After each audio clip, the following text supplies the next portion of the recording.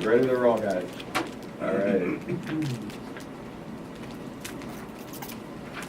Right. So we're the Education Bridge Development Advisory Team, and we're going to be talking about a school in South Sudan called Greenbelt Academy. That's Wyatt. There goes. Rachel. I'm Steve. So this is our agenda for our presentation. So we're going to start off, we're going to tell you about the problems that are being anticipated by Education Bridge as they open their school, as well as the goals of the school and kind of how we sought to proactively attempt to solve these problems for them, hopefully before they even arise as the school opens in January. So we really had kind of a dual focus. We wanted to focus on improving the incentives for girls to actually attend school by making it a more comfortable learning environment, as well as providing incentives for the parents to send the girls to school, because a lot of it is economic incentive of selling their daughters for a dowry as opposed to sending them to school. So we did this through girls clubs, partnership and programs through the clubs, and then building an inclusive community. Those were kind of the three general areas we focused on. So the problem in South Sudan right now, I'm sure the AFSI groups mentioned this as well, but there was a civil war that kind of tore apart the country, so now there's ethnic divides within the country, and it's not very stable, so education is not as much as a priority. Only 27% of adults are literate in South Sudan, and a statistic that really caught my attention was that girls more likely to die in childbirth than graduate high school. So the chance that Greenbelt Academy, which is a high school, has girls and it puts them through the education system is kind of slim, which is where Education Bridge steps in.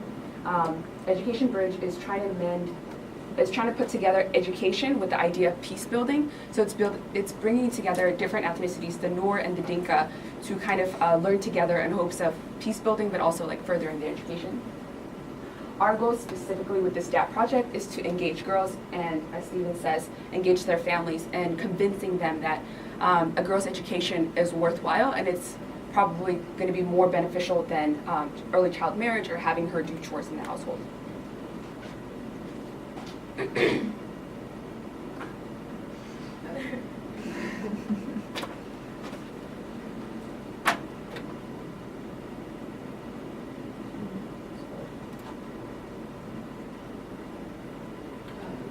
we'll just. Yeah, we'll just do that. That's fine. So one method that we were looking at for increasing the value that the community and the girls themselves place on the value of education, for girls primarily, is to mobilize the students themselves. And one way to mobilize these students, we found, is through girls' civil rights or human rights clubs, and specifically the Girls' Education Movement clubs, which are called GEM clubs. And these are student-led, school-based clubs that's main goal is to promote education regardless of gender. And these clubs are formed, so they're sponsored by UNICEF, who they provide workshops and training programs. So each year, or on a regular period basis, they send a few student leaders from each school to workshops and trainings that, as I mentioned, are sponsored by UNICEF in the communities, where they teach the girls about rights, responsibilities, self-esteem, leadership, and the importance of equality and equal access to education for both genders. And then these two girls who went to the workshops come back to their schools, and they teach their peers what they learned, as well as then they're the ones who lead the weekly meetings of these Girl Education Movement clubs. And then these clubs serve as a platform in many different ways for the girls. One is that it gives them a way to discuss important issues and form their own opinions and express their own ideas apart from adult interference and the values that maybe they were raised with, which might be different. It also gives them a platform to talk about sensitive issues they might not feel comfortable talking about during the school day. It provides them a way to gather together to promote advocacy and to feel confident in promoting advocacy within their communities of both girls' education rights as well as promoting conflict resolution solutions that they're learning about in their curriculum in school from the last STAT team put together, but promoting that in the community as well as a group. And then lastly, it also helps them form a supportive network with each other of girls who are going through the similar issues that they're going through, and allowing them to make sure that they're helping each other and providing resources for each other to get through these main barriers that they're facing. And one bright spot we found with this that UNICEF really promotes is in Raya Primary School in Western Equatoria in South Sudan. and they instituted the clubs, and then the next year they saw 60 new girls enroll in their school, which was a 20% increase from the year before. And this obviously is part of many different factors, but the headmaster attributes this mainly to their GM club. And then with the establishment of these clubs, there's not any formal documentation on the implementation of the clubs within South Sudan that's published online. So we've reached out to the Department of Education in South Sudan, as well as UNICEF South Sudan, to talk to them about tailoring the implementation and what that entails specifically in South Sudan.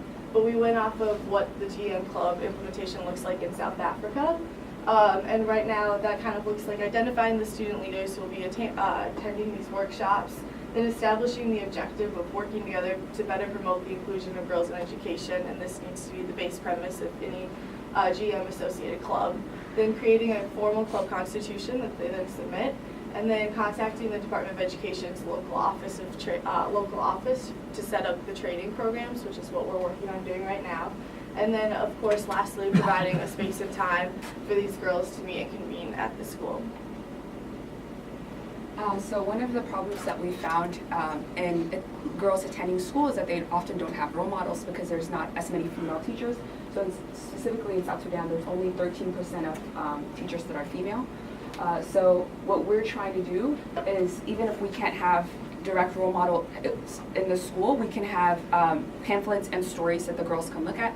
There's a quote by Skocpol, and he's a political scientist, and he says, "Revolutions are not made, they come." So that kind of inspired this idea, because even if you can't have somebody directly in the classroom, you can, through telling stories and through starting a tradition, you can kind of reinforce the idea that a girl can have several different roles. So like some of the pamphlet parts of the pamphlet we already made is, for example, Ayuga is as an entrepreneur, and she makes fashion clothes for people. And I'll just go through a little bit of this. Rose is an Olympian, and she ran without shoes, and she made it to the Olympics. Rebecca is one of the heads in government, and her goal is to get 30% of women into government. And just to have these girls talk about the different stories of women, not necessarily always like through education aspects, but just see their roles, we think it can be really powerful in emphasizing the variety of pathways that women can take. And past the girls, also we think that this can influence the community, because the parents can see that there are several paths that my daughter can go on, and it's not just marriage. So we think that it can have a powerful impact on the cultural aspect of the school. Yeah, and then this one is probably, we also have models of girls that like haven't gone through an education yet, but she scored the highest in South Sudan's tests. So that there's also different role models in that sense. Okay, and on the same topic of using these clubs to reach out to the community to kind of gain leverage and promote the value of girls' education, another way we're looking at doing this is through radio shows to reach out to the communities. And this method's already being used by a lot of different GM clubs that are already established in South Sudan, because specifically in South Sudan, they found that these girls' clubs really want to promote the message of girls' education through entertainment, and that's been seen to be the most effective way of doing that and spreading the word. And also another organization called Mercy Beyond Borders, that's an education group working in South Sudan. We talked to Sister Marilyn, who works there, and she said that they have 1 to 2 times weekly their girls on broadcasting programs for about 16 to 20-minute segments, and that they found that it's a great success, and the girls really enjoy it, and that they think they're really making an impact with the message that they're spreading, and she highly recommended it.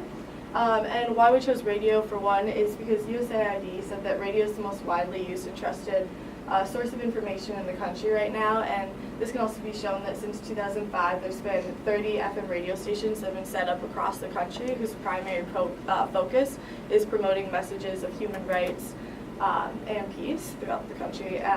So we compiled a list of different radio broadcasting programs and their contact information, as well as descriptions of the different programs and their outreach level, to give to Education Bridge, so it's easy for them to contact them and talk to them about setting up some form of partnership. And we also have different clips from Sister Marilyn at Mercy Beyond Borders of different programs that their girls have put on it to kind of go over the content that could be possible in these programs. So another prominent issue for girls' attendance at school is that menstruation causes them to miss significant time So 95% of girls in a Ugandan case study reported that menstruation causes them to miss at least one day of school a month, and the average is about 3 to 5 days. And there's evidence that shows that when you provide girls with menstrual materials such as pads, it reduces the amount of time they miss in school from 23% of school days to only 10%, and 98% of girls feel more confident. So there's clearly this problem that's been identified, and you know how to solve it, but the problem is it's very costly for the girls individually to purchase these materials such as pads. So our idea was for Education Bridge first and foremost to ensure that they have private separate facilities. So a lot of the problem is that girls do not feel like they have a private space where they can deal with these issues away from boys as well as other girls, and have the requisite space.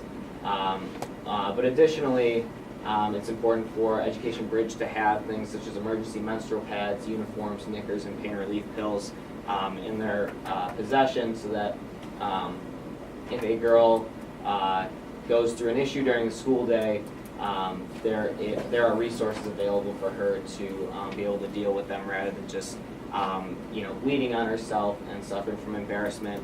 And that is a big part of the problem, is that girls get embarrassed and they stop coming to school for reasons besides just menstruation directly, and they get behind in school and eventually just drop out because they're missing 5 days a month, and it's impossible for them to keep up with the schoolwork. So specifically, we're recommending that Education Bridge provide free pads at registration as a way to kind of kickstart it as something that's normal and is going to be a focus of the school. But you don't want it to just be something that trails off from there. So we looked at some programs that bring women into the school to teach them how to make their own pads. So if Education Bridge purchases a couple sewing machines, we believe through the girls, the GEM Club, we can have an organization such as Building Minds in South Sudan come in, teach the girls how to make their own pads. There's simple brochures such as this that show them. And then the idea would be that as the club continues, the older women in the club would teach the younger women as they first join the school how to make the pads, and it would be a sustainable project that allows these girls to make their own menstrual pads at a very low cost that the school would ideally cover. Okay, and the last barrier that we really looked at was that gender-based violence was a big reason girls don't go to school. According to UNESCO, it's a significant predictor of low enrollment and high dropout rates among girls. And some pretty alarming statistics here. Based on one study, it showed that 6% of girls enrolled in schools have been victims of sexual blackmail over grades by the teachers, and also 24% of boys who were surveyed admitted to either raping or being part of a collective rape. So we definitely wanted to address this because it seems to be very pervasive. And then a teacher motive also for becoming a teacher is to get access to these girls. So we kind of wanted to make an intervention that would build a more inclusive community for girls especially. So first thing we wanted to do was to have some very clear, very straightforward rules about interactions with teachers and students, and we found some pretty good ones from Johns Hopkins Guidelines for Conduct in Teacher and Learner Relationships. But we knew that rules probably wouldn't be enough to address this problem, so we also wanted to do teacher sensitivity training, and we found this guide from UNESCO on how to lead a teacher sensitivity training. It's broken up into 2 parts, and it's 7 hours, and everything you need to know is in the pamphlet. So it's really accessible for a school like this to be able to put out. And then during this teacher sensitivity training, we hope that the teachers will construct a list of community expectations so that we can have a vision of safety and equality in our in the school. And then also they would need to come up with consequences of violating these expectations and then communicate these clearly to both the teachers and the students. That way there's no, obviously, surprises, but we just want to make everything clear and fair so there's no problem and that girls feel safe and welcome in this school. Thank you. Great, thank you. Questions, comments? Yeah. Cool. So just to clarify, at the end you mentioned these teacher training programs. Since there was a total of 7 hours for 2 sessions. Yes. So 3.5 hours.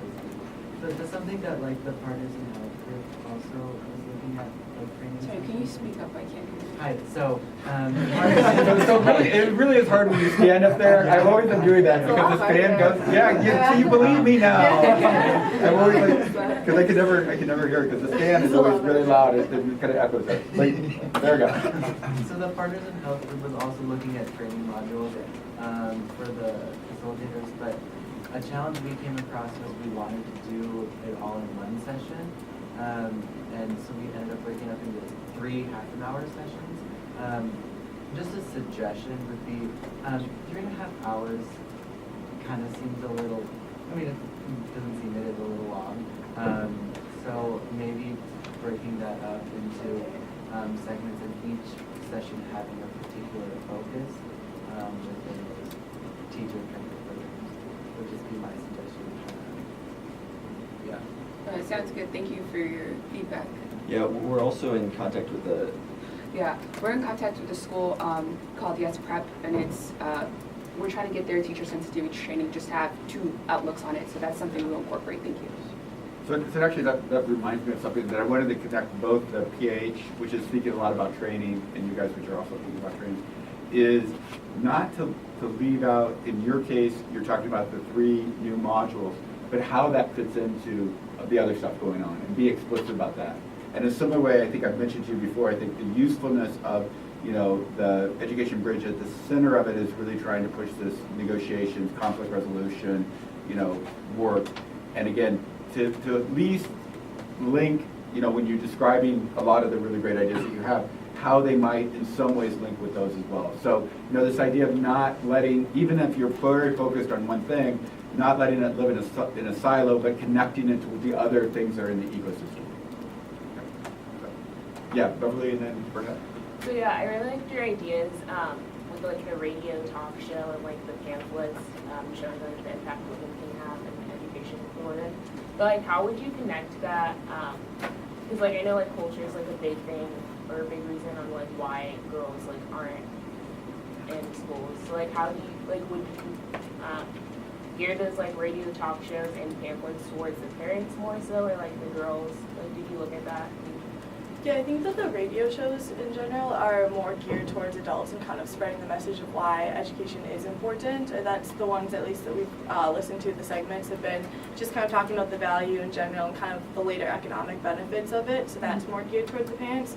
And then I think with the role models, as you were saying, like kind of spreading, showing what you can do after you go through school and kind of showing the economic incentives and that you can have like a prosperous career and make money back for your family is also geared toward the parents, since one of the main barriers that parents have in sending their girls to school is that they're not making the same economic profit that they would if they married their child. Yeah. Yeah, and a similar project has been done with the State Department. With Sarah Seaver's class, I was a part of that last year. They can decide how they use these, but it can start off with the girls' clubs, and if it goes well, I think the community can definitely look into using them for adults as well. That's a good question. Go ahead. Yeah, you guys have a lot of really good concrete ideas that they look like they'll be very useful. One thing, going off of your last point with like the alarming rates of like sexual assault for girls, I think it would also be useful to maybe do training for the girls on like what to do, like how to report, and creating a system where they can safely report without like having negative consequences later. We were thinking of incorporating that into the girls' club, where they can have a voice in that system. That's a good idea. just like a standard protocol for the girls though in general, making sure that's in place is a really good idea though. I think the challenge that we face is like, oftentimes in a culture, by the way, we're not by any means saying that South Sudan's teachers all the time do this. This is mostly within very rural communities and specific communities. I think the challenge that we face is that if the culture perpetuates it and your fellow teachers are okay with it, who exactly do the girls go to beyond the means of themselves? Because in terms of policing, South Sudan's government is kind of unstable, so I can't imagine them calling the army or like something like of that sort.